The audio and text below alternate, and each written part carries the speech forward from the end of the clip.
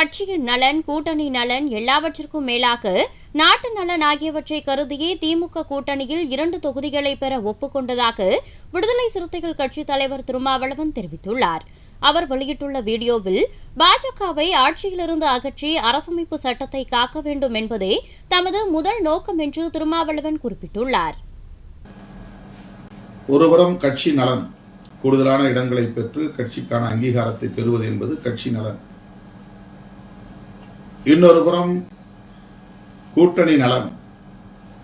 நாம் அங்கம் வகிக்கக்கூடிய கூட்டணி தமிழ்நாட்டை பொறுத்தவரையில் 40க்கு 40 இடங்களில் வெற்றி பெற வேண்டும் என்பதும், இந்த திமுக தலைமையிலான விசிக அங்கம் வகிக்கும் இந்த கூட்டணி இடம்பெற்றுள்ள இந்தியா கூட்டணி அகில இந்திய அளவிலே வெற்றி பெற வேண்டும், ஆட்சியை கைப்பற்ற வேண்டும் என்பதும் தான் கூட்டணி நலன்கள்.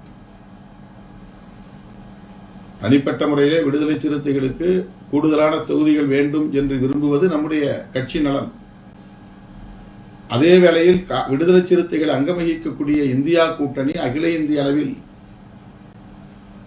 பெருமளவிலான இடங்களில் வெற்றி பெற வேண்டும் என்று எதிர்பார்ப்பது கூட்டணி நலன். தமிழ்நாட்டை பொறுத்தவரையில் 40 இடங்களிலும் திமுக தலைமையிலான கூட்டணி விடுதலை சிறுத்தைகள் போட்டியிடக்கூடிய 2 தொகுதிகள் உட்பட 40 தொகுதிகளிலும் வெற்றி பெற வேண்டும் என்பது கூட்டணி நலன். கூட்டணி கட்சிகளுக்கு இடையிலே கட்டுக்கோப்பு.